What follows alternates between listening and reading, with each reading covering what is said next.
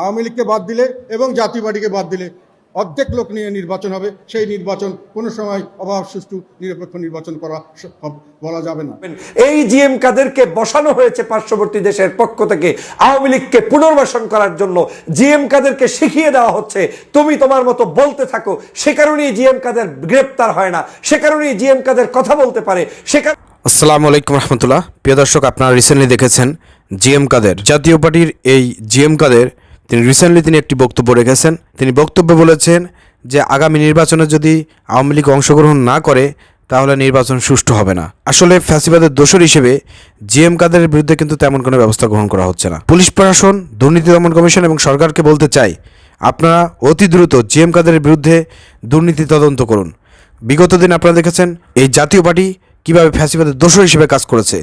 তো আপনারা আওয়ামী লীগের দোষরদেরকে, আওয়ামী লীগের এমপি মন্ত্রীদেরকে আপনারা গ্রেপ্তার করতেছেন, তাদের দুর্নীতির বিষয়গুলো তুলে ধরতেছেন, কিন্তু ফ্যাসিবাদের দোষর হিসেবে জিএম কাদেররা যেভাবে সরকারের সুযোগ সুবিধা গ্রহণ করেছে, দুর্নীতি করেছে, সেসব বিষয়ে কিন্তু আমরা সেভাবে তৎপরতা দেখতে পাচ্ছি না।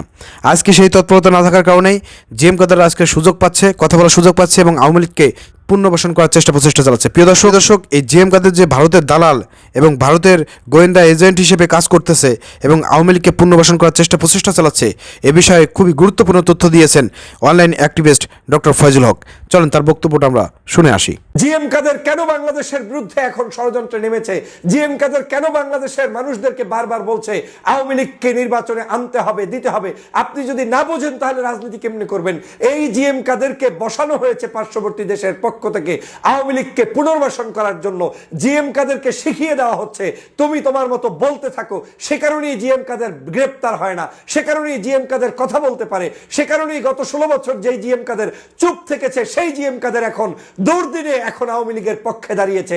অর্থ হচ্ছে এই জিএম কাদেরকে ব্যবহার করে জাতীয় পার্টিকে প্রতিষ্ঠার মধ্য দিয়ে আওয়ামী লীগ যদি এদেশে ভোট করতে নাও পারে, সবাই মিলে জাতীয় পার্টির ওই জিএম কাদেরের সাথে থেকে তারা তাদেরকে ঐক্যবদ্ধভাবে বাংলাদেশে প্রবেশ করতে চায় এবং সেই টিপস পার্শ্ববর্তী দেশ থেকে দিয়ে দেওয়া হয়েছে।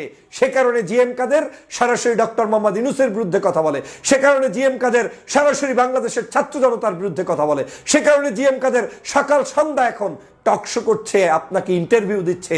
অতএব এই জায়গায় সাবধান থাকতে হবে। জিএম কাদেররা প্রতিষ্ঠা লগ্ন থেকে এই জাতীয় পার্টি আপনার আমার বাংলাদেশের কারো সংগঠন নয়। এই সংগঠনটি প্রতিষ্ঠিত হয়েছে আওয়ামী লীগকে পুনর্বাসনের জন্য। এর পূর্বের ইতিহাস আওয়ামী লীগের সাথে, আজও আওয়ামী লীগের সাথে, ভবিষ্যতেও আওয়ামী লীগের সাথে থাকবে। এরা অন্য কোনো দলের সাথে কোনোদিন বসবে না, থাকবে না। এই চরিত্রের জন্য তাকে প্রতিষ্ঠা করা হয়নি। অতএব বাংলাদেশের বিএনপি, জামাত, চরমোনাই, হেফাজত, ডানপন্থী অন্যান্য রাজনৈতিক দল, ছাত্র জনতা যারা এই জুলাই বিপ্লবের অংশীদার ছিলেন, আপনারা ইউনাইটেড থাকেন। জিএম কাদেরের সাথে পার্শ্ববর্তী দেশের সাথে একটি বিশেষ গোপন চুক্তি সম্পাদন হয়েছে। জিএম কাদের সে কারণে এখন সকাল সন্ধ্যা বিভিন্ন জায়গায় টিভি মিডিয়ার সামনে তিনি এখন বক্তব্য রেখে চলেছেন এবং তিনি যে কোনো মূল্যে আওয়ামী লীগকে বাংলাদেশের আগামী নির্বাচনে রাখার জন্য সব দল যেখানে নিষিদ্ধ করতে চায় সেখানে তিনি তাদের পক্ষে বক্তব্য রেখেই চলেছেন। এক বাক্যে আওয়ামী লীগের মুখপাত্র হিসাবে এখন ভূমিকা পালন করছেন রাস্তাঘাটে, সব জায়গায়, রাজনীতিতে জিএম কাদের সাহেব। আপনারা নিশ্চয়ই ভাবতে পারেন যে বাংলাদেশের 5ই আগস্টের যে জুলাই বিপ্লব সম্পন্ন হয়ে শেখ হাসিনা আগস্টের 5 তারিখে পালিয়ে গিয়েছে, তারপরে বাংলাদেশে স্বভাবতই আওয়ামী লীগ প্রেমীও যদি কেউ থাকে, তারা কিন্তু তাদের কথাবার্তার ধরন কিছুটা হলেও পরিবর্তন করে ভিন্ন স্টাইলে বুদ্ধিজীবী সাজার চেষ্টা করছেন। কিছুটা আওয়ামী বিরোধিতাও দেখিয়ে টিকে থাকার লড়াইয়ে তিনি এখন অবস্থান করছেন। কিন্তু এই জিএম কাদের সাহেব শেখ হাসিনার বিদায়ের পর থেকে মনে হচ্ছে যেন গত 16 বছর যা বলতে পারেননি তা আরও নতুন করে বেশি বেশি বলা শুরু করে দিয়েছেন। সকাল সন্ধ্যা তার যতগুলো বক্তব্য আসে, সবগুলো বক্তব্যের মধ্যে একটাই, বাংলাদেশে আওয়ামী লীগ ছাড়া কোনো নির্বাচন করা যায়। প্রিয় দর্শক, ডক্টর ফয়জুল হক এখানে গুরুত্বপূর্ণ, খুবই ইম্পর্টেন্ট কিছু তথ্য শেয়ার করেছেন। এই জিএম কাদেরদের কারণেই কিন্তু আওয়ামী লীগ পুনর্বাসন হওয়ার প্রচেষ্টা চালাচ্ছে। আওয়ামী লীগের লোকজন জিএম কাদের উপর ভর করে আবার জিএম কাদের দলে যোগদান করে অথবা জিএম কাদেরের এই জাতীয় পার্টিকে ব্যবহার করে তারা ফিরে আসার প্রচেষ্টা চালাচ্ছে। এ বিষয়ে যে গুরুত্বপূর্ণ তথ্য দিলেন আমাদের ডক্টর ফয়জুল হক ভাই, এই বিষয়টি পুলিশ প্রশাসন তদন্ত করা দরকার এবং সরকারকে আমলে নিয়ে এই জিএম কাদের বিরুদ্ধে ব্যবস্থা গ্রহণ করা দরকার। জিএম কাদের মতো লোকরা যদি এখনও ফ্যাসিবাদের দোষর হিসেবে বাইরে ঘোরাফেরা করে, মিডিয়াতে এই ধরনের বক্তব্য দিতে পারে, তাহলে আওয়ামী লীগের পুনর্বাসন বেশি সময় লাগবে না। কারণ আওয়ামী লীগকে আগামী নির্বাচনে বিএনপিও চাচ্ছে। তো বিএনপির মনে রাখতে হবে যে বাংলাদেশে 18 কোটি মানুষ এই আওয়ামী লীগকে ব্যান করেছে, আওয়ামী লীগকে গণ অভ্যুত্থানের মাধ্যমে এদেশ থেকে বিতাড়িত করেছে। সেই আওয়ামী লীগকে আবার ক্ষমতায় বিএনপি দেখতে চায়। এই জন্য তারেক রহমান বলেছে যে এই ফ্যাসিবাদের দোষরদের বিরুদ্ধে সবাইকে ঐক্যবদ্ধ হতে হবে, আওয়ামী লীগের ব্যান্ডের ব্যাপারে, নিষিদ্ধের ব্যাপারে সবাইকে ঐক্যবদ্ধ হতে হবে। আমরা কখনো এই আওয়ামী লীগকে আর সামনে নির্বাচনে দেখতে চায় না এবং দেশে রাজনীতিটা আওয়ামী লীগকে দেখতে চায় না। এটা তারেক রহমানের বক্তব্য দিচ্ছে। কিন্তু তারেক রহমানের দলের বিএনপির অনেক বড় বড় পর্যায়ের নেতারা আবার এক দল আপনার আওয়ামী লীগের বিরুদ্ধে কথা বলে, আর এক দল আবার আওয়ামী লীগকে পুনর্বাসনের প্রচেষ্টা চালাচ্ছে। আসলে বিএনপি কোন দিকে যাবে বুঝতে পারতেছে না। ভারতকে খুশি করবে নাকি দেশের জনগণকে খুশি করবে কিছুই বুঝতে পারতেছে না। অবশেষে বাংলাদেশের মানুষ সর্বশেষ বিএনপিকেও সিদ্ধান্ত গ্রহণ করতে হবে। যদি জনগণের বিপক্ষে দাঁড়িয়ে ভারতকে খুশি করতে গিয়ে আওয়ামী লীগকে পুনর্বাসনের প্রচেষ্টা চালায় বিএনপি, তাহলে কিন্তু দেশের জনগণ থেকে বিএনপি প্রত্যাখ্যাত হবে। এটা কিন্তু ভালো করে তারেক রহমান অ্যানালাইসিস করতে পারতেছেন এবং তিনি কিন্তু সেভাবেই বক্তব্য দিচ্ছেন। কিন্তু বিএনপির মধ্যে অনেক নেতারা আছেন যারা একচেটিয়ে আওয়ামী লীগকে পুনর্বাসন করার প্রচেষ্টা চালাচ্ছেন।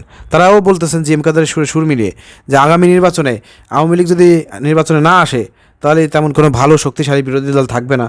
ওই সেনাপ্রধান ওয়াকারের ভাষায় কথা বলতেছে। এরপরে বলতেছে যে আওয়ামী লীগের লোকজন তারা ভোট দেবে কোথায়, বিশৃঙ্খলা সৃষ্ট বিভিন্ন রকম কথাবার্তা বলে আওয়ামী লীগকে আপনার পুনর্বাসন করার প্রচেষ্টা চালাচ্ছে।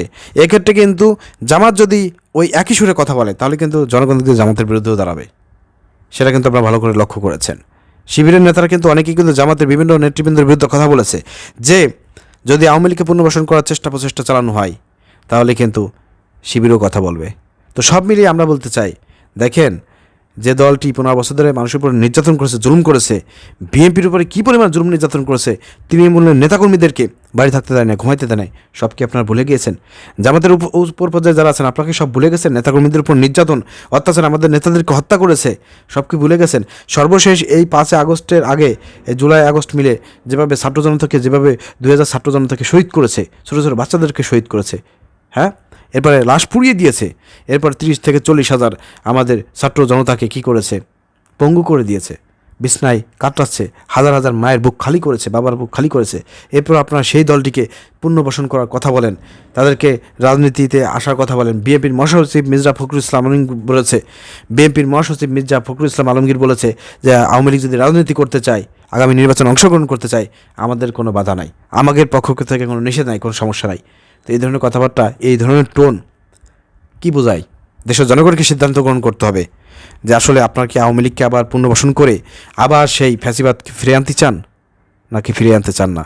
যারা ফ্যাসিবাদকে ফিরিয়ে আনার প্রচেষ্টা চালাচ্ছে তাদেরকে বয়কট করুন এবং ফ্যাসিবাদকে বাংলাদেশের মাটি থেকে একবারে নিশ্চিহ্ন করে দেওয়ার জন্য, আওয়ামী লীগকে নিষিদ্ধ করার জন্য সবাই ঐক্যবদ্ধভাবে আপনারা কাজ করুন। আশা করি বুঝতে পেরেছেন। ধন্যবাদ। আসসালামু আলাইকুম রহমতুল্লাহ।